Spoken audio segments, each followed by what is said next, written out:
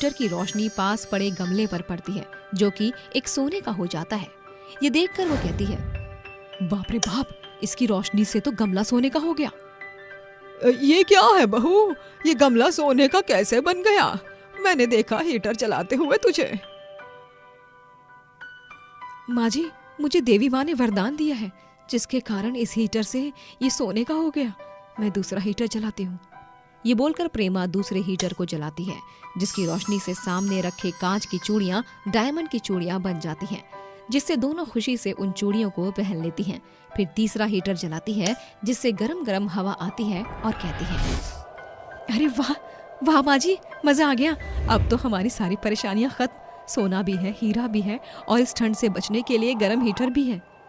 हाँ बहू, तूने बिल्कुल ठीक कहा। अब हमें झोपड़पट्टी में रहने की जरूरत नहीं है और हमारा पंकज स्कूल भी जाएगा और हमें खाने की दिक्कत भी नहीं होगी। हाँ माँ जी। इस तरह सास बहू सोने और हीरे के हीटर की मदद से सामने रखी चीजों को हीरे और सोने का बना लेते हैं। फिर उसे सुनार पर जाकर बेच देती है, जिसके बदले में पैसों से वो एक बहुत बड़ा घर ले लेते हैं।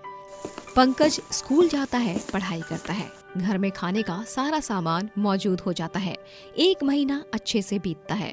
उनके द्वार पर एक पत्नी अपने पति व्हील चेयर पर लाकर उनके सामने हाथ जोड़कर गिड़गिड़ाते हुए कहती है, बहन, ओ बहन, मेरी मदद करो। हम दोनों ने बहुत दिन से कुछ नहीं खाया और इन्हें हॉस्पिटल में भी दिखाना है।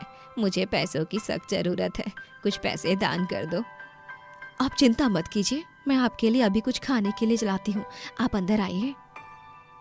तभी प्रेमा उन्हें बिठाकर खाना खिलाती है और सोने के हीटर के पास पंकज के खाने के बिस्कुट रख देती है। हीटर की रोशनी से वो बिस्किट सोने के बिस्किट बन जाते हैं, जिन्हें वो उनके हाथ में थमाकर विदा कर देती है। साथ ही वो ऐसे गरीब लोगों की मदद करती है। पर एक दिन उसके बेटे को बहुत ठंड लगती है तो निर्मला कहती है, बहू देख, पंकज को बहुत ठंड लग रही है, जरा इसके लिए तीसरा वाला गर्म हवा का हीटर चला दे। जी माँ जी। ले बेटा, जब तक तू ये कंबल ओढ़ ले, मैं हीटर जलाती हूँ। ऐसा कहकर अनजाने में सोने का हीटर वो जला देती है, जिसकी रोशनी से उसका बेटा सोने का बन जाता है। ये देखकर वो बहुत घबरा जाती है और कहती है, भगवान जी, क्या हो गया? मुझसे बहुत बड़ी गलती हो गई। मेरा बेटा सोने का बन गया। मेरा बेटा वापस कर दीजिए मुझे। भगवान, मुझे ये दौलत, शोहरत, जादू हीटर नहीं चाहिए। मुझे पहले जैसी अपनी गरीबी में जीना है। ये सब ले लो, बस मुझे मेरे बच्चे को दे दो।